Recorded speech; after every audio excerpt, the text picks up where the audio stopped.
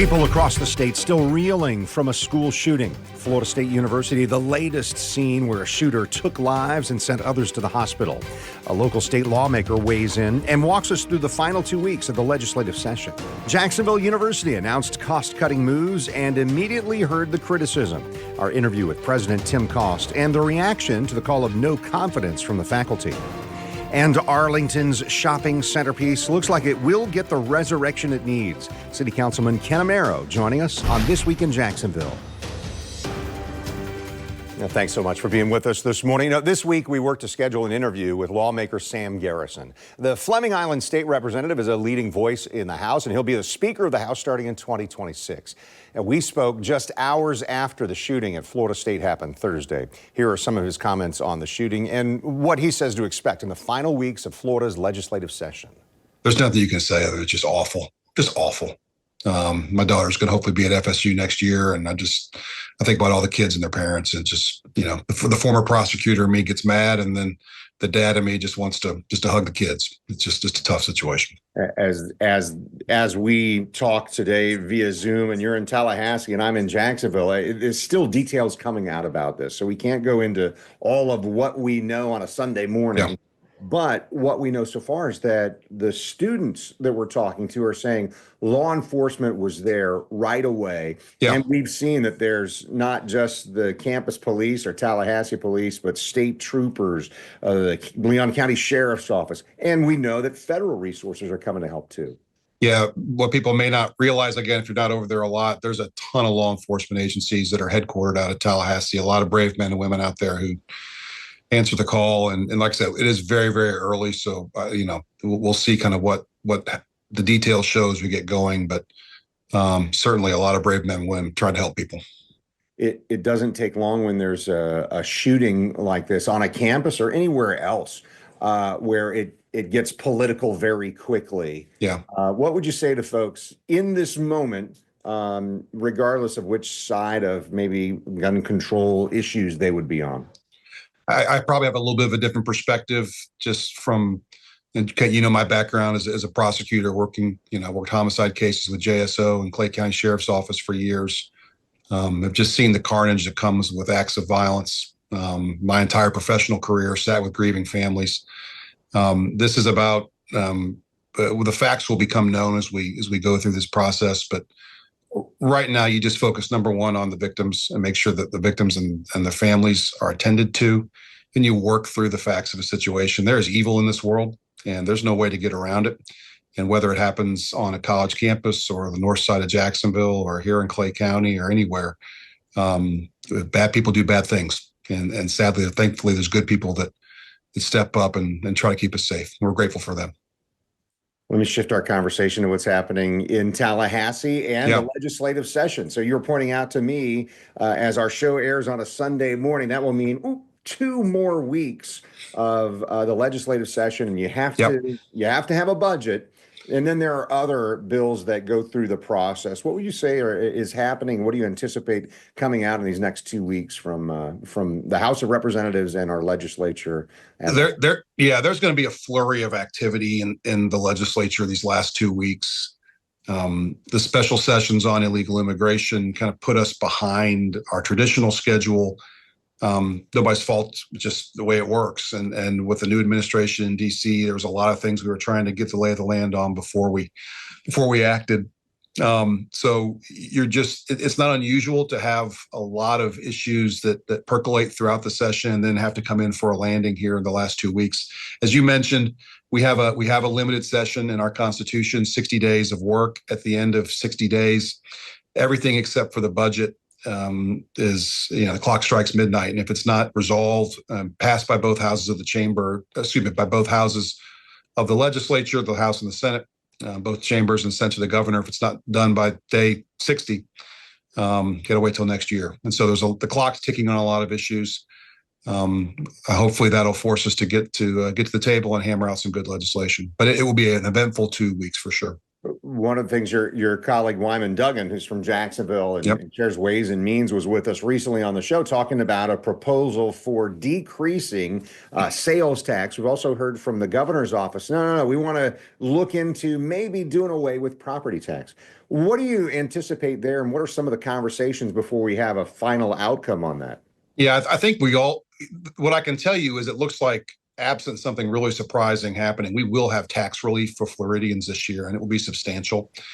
There's a mechanical issue in terms of the property tax versus sales tax issue.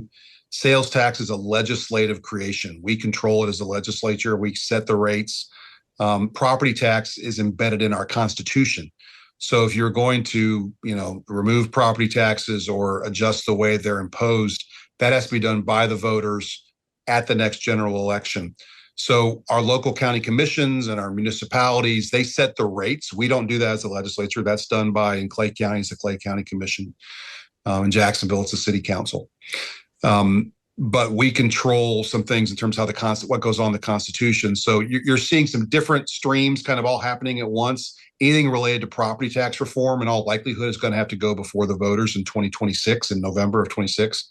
So there's nothing we can do immediately, but we are having those conversations about what can and should we do as it relates to property tax. Sales tax is within our control. And so you saw the House, Chair Duggan, as you mentioned, a good buddy of mine, my neighbor here in Ortega, put forth the first what we call non-recurring, which means not temporary, but permanent reduction in sales tax that we can find in probably recorded modern Florida history. And it's part of our commitment to provide relief to the wallets of Florida consumers. But everybody's trying to get to the right place, which is keeping taxes as low as they possibly can and providing relief to Floridians. And so that's the discussions we're having, and hopefully it'll come in for a landing here before we get to the end of the session. Yeah, before we spoke with State Representative Duggan, we spoke with the Speaker of the House, and Speaker Perez said this is really important, and Ways and Means is where it's going to come from, and that kind of thing. Mm-hmm. How would you explain to the viewers why there seems to be a contentious thing between the House or the legislature and the governor's office? I think a combination of human nature and just the way the system is designed. Our founders put system of checks and balances in for a reason. And those words, we don't really think what that means. Oftentimes it means you're going to have a debate of ideas and a debate of priorities. And that's normal and that's healthy. Going back to the founding of our nation, we enjoy good debate and good argument. And ultimately the system is designed to encourage that and incentivize that, and then ultimately reach resolution. What I tell people all the time is, there's 120 people in the House, there's 40 senators, and obviously the governor and the cabinet officials that represent us statewide. So that's almost, that's about 170 some odd people, all of whom are type A personalities, all of whom have very strong opinions about the best way to get things done. What you can say in Florida with strong Republican majorities is you're going to have a strong conservative agenda from the House, an equally strong conservative agenda from the Senate, and the governor's conservative bona fides are well established. So it's not so much a question of what, it's a question of how to get there. And we're working through it. The Constitution has us in different roles and different boxes, and we're going to work in our respective areas and hammer out stuff. Sometimes human nature being what it is, sometimes the temperature can get a little elevated, but the system's designed for that. And it's one of the reasons we have a 60-day session. Where unlike in DC, where it seems to go on forever, nothing gets done. In Florida, you have a clock is ticking. You want to get something done, you got to work it out. If you can't work it out, you wait till next year, which I think is the better way to go. Yeah. And when you mentioned in a moment ago that the bills that don't pass by the end of that 60 days pass away, or unless they're revived, in the following year, it is helpful. Maybe final thing, there's been some concern these last few weeks. Some reporting came out about state agencies. Healthcare administration is one of those. Hey, missing money. And then we see something with Hope, Florida. What's the role of the legislature, and what are you going to do to try and follow through on that? Because a lot of people are saying, hey, is my tax money being spent the right way? Yeah, a lot in that question. The main thing I would say is our number one responsibility in the House in particular is to make sure, we are the good stewards of the taxpayers' money. That I ran on that. It's part of part and parcel of being a low tax state, low regulation state, to make sure that the tax money that we do get is spent well and good return on that investment for the taxpayers. So that's part of our goal. I mean, that's part of our responsibility. Anytime state monies are being given in any capacity or spent in any capacity, we have an oversight responsibility in that area. There's certainly some discussions specifically as it relates to the Medicaid money and the role the hearings that Chairman Andrade in Pensacola has been holding on that. Yeah, I think from the House's perspective, we want to make sure that the information is clearly known, and our job is to make sure that legislators have all the information before they make decisions about the budget, which is really what this is about, the budget. And everything else, there's certainly some political drama involved in all that, but I don't focus on that. I focus on what's the information, do we have the facts, are the facts made very clear, and then how those facts inform our decision making so we can be good stewards of the public's money. Because at the end of the day, look, as a conservative Republican, we're working with a lot of other conservative Republicans in Tallahassee, and we're all on the same team. And so we're going to get there at the end of the day. We're going to pass a balanced budget. We're going to provide tax relief for Floridians, and then we're going to go home, which is our responsibility and probably how it should work in a citizen legislature. The last day of the legislative session is May 2nd, and we are following closely some of the bills that either pass or pass away in these final 2 weeks. All right, we're going to turn the page to a famous location in Jacksonville. Regency Square Mall gets a new owner, a new name, maybe new life. City Councilman Ken Amaro joins us to talk about it next on This Week in Jacksonville.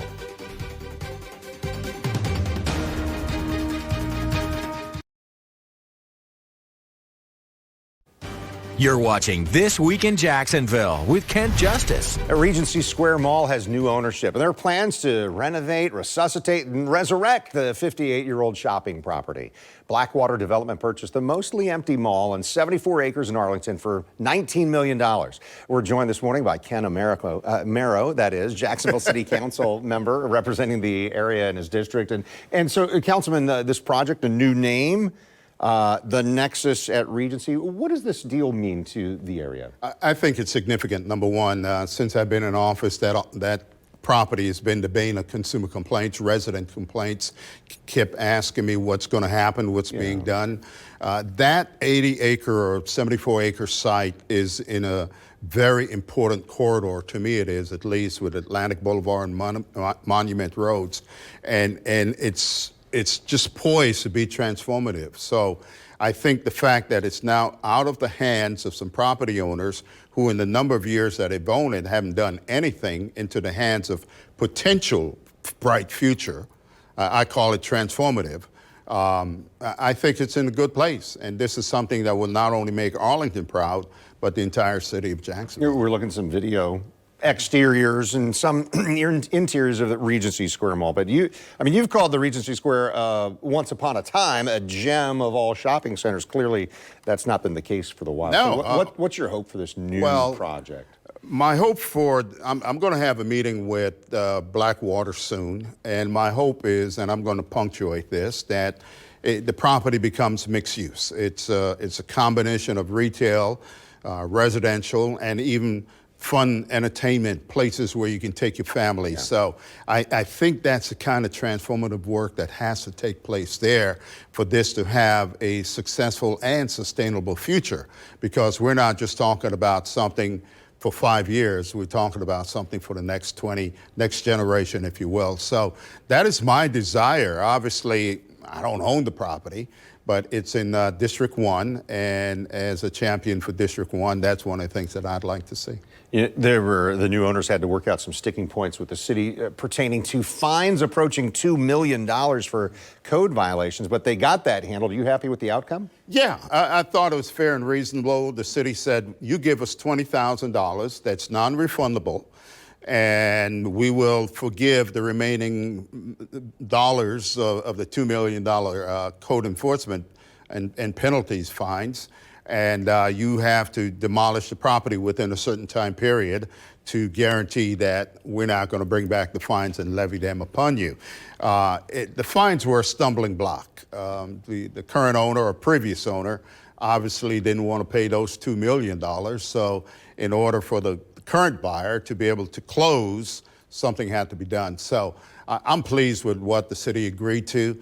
There's been precedent for these kind of things before where code enforcement fines and penalties were either forgiven or reduced significantly so progress can move forward. Yeah, and what's described, what could be there, certainly something and that I people think that's would the get vision. excited about. You got to have a vision. You've been given a blank canvas, basically, and now you have to have the vision to see what it can be. All right, before you go, I wanted to get your reaction to this week's announcement by Jacksonville University. Several majors have been cut at the school. School plans to lay off about 40 faculty members, and they say they're trying to forge a different path forward. JU also in these last 10 years has been a change agent in Arlington. What's your reaction to what's going on? A significant stakeholder.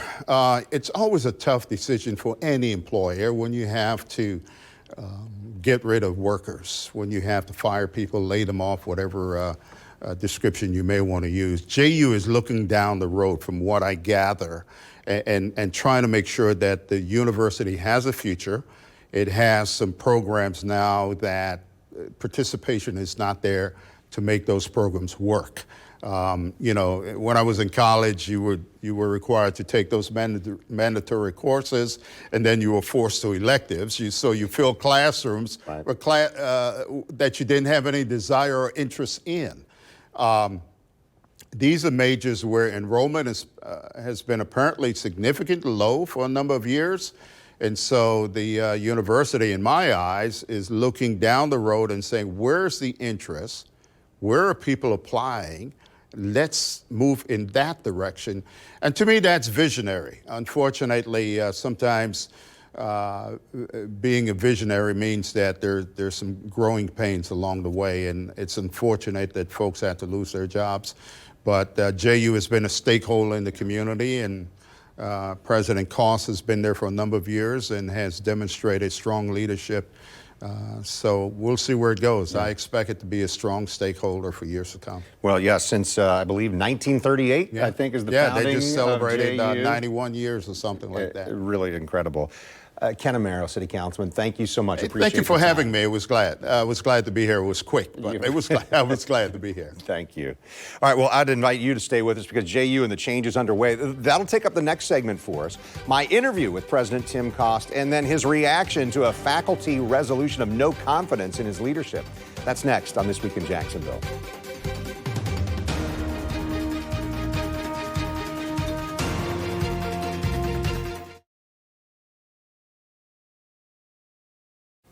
You're watching This Week in Jacksonville on Channel 4. It's been a consequential and controversial week on the campus of Jacksonville University. JU launched an initiative that they call Future Focused, and it includes cutting majors and faculty members. I spoke with Tim Cost about the effort and why the president believes it's in the best interest of the school and the students. I think it's important to know that what we're doing by making these changes, these adjustments, these refinements, is to still support 96% of the students who currently go here. So the concept that you can reposition yourself strategically for what you see coming. Technology's coming, certainly federal government intervention may be coming. Students' interests and demands are coming. There's a change in the economy of Northeast Florida that we want to answer to. And so we felt we should take into account and support what people love to take here, which is most of the things I think most people know us for now, and to see if we could go ahead now and strategically, in a kind of respectful, thoughtful, pragmatic, strategic way, address what we shouldn't be doing here. Hard decisions, Ken, but I think now is the time to do it.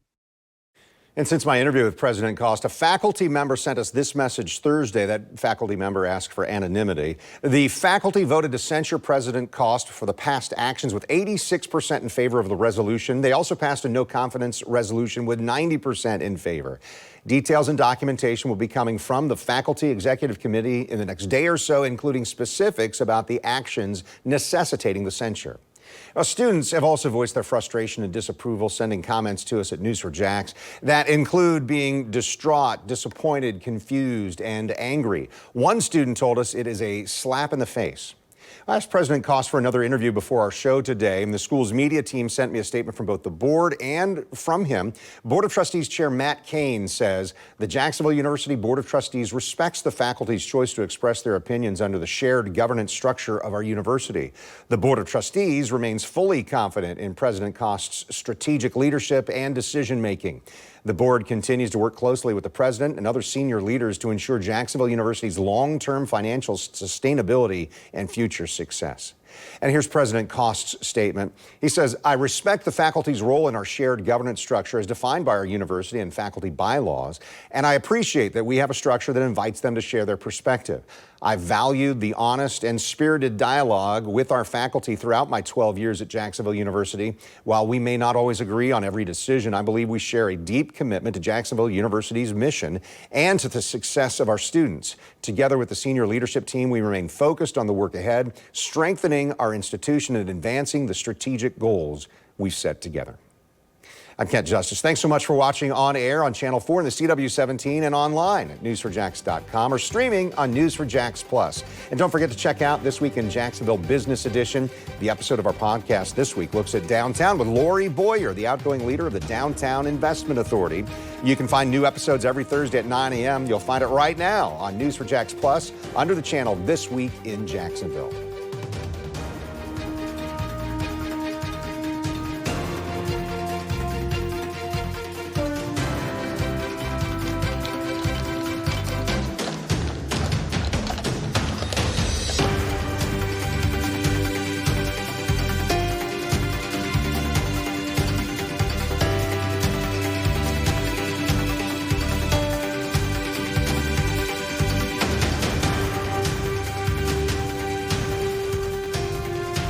See why every day more people are choosing News 4 Jax, Northeast Florida and South Georgia's #1 source for local news.